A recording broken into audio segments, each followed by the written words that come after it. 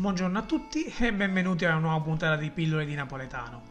Oggi parleremo di un termine che curiosamente cambia significato a seconda del genere con cui è riferito. Il termine in questione è tale e quale. Non stiamo parlando della trasmissione televisiva che si trova su un canale della rete pubblica, bensì di due oggetti che riflettono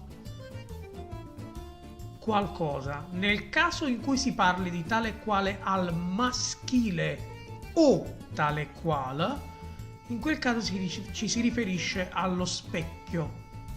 Nel caso in cui invece si riferisca al termine al femminile, quindi a tale e quale, in quel caso ci si riferisce alla fotografia.